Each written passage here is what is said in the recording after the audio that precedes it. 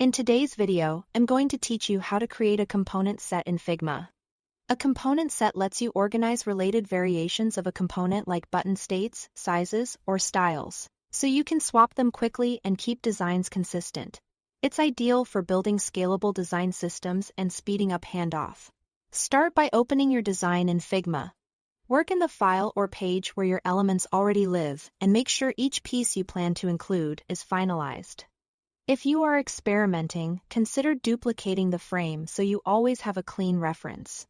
Design your elements, such as buttons or toggles, and convert each finished piece into its own component. Select an element and use Ctrl+Alt+K on Windows or Option-F-Command-K on Mac. To create a component instantly, keep each component self-contained, include its text, icons, and background shapes, and set constraints or auto layout so it resizes predictably. Next, select all the individual components you want to group together.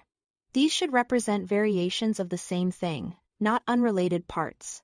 Drag a selection box around them on the canvas or hold Shift and click each one in the Layers panel. A quick tip: keep their sizes, padding, and content structure aligned across variations so they behave consistently once combined. With those components selected, go to the top toolbar. Click the small drop-down arrow next to the component icon, then choose Create Component Set.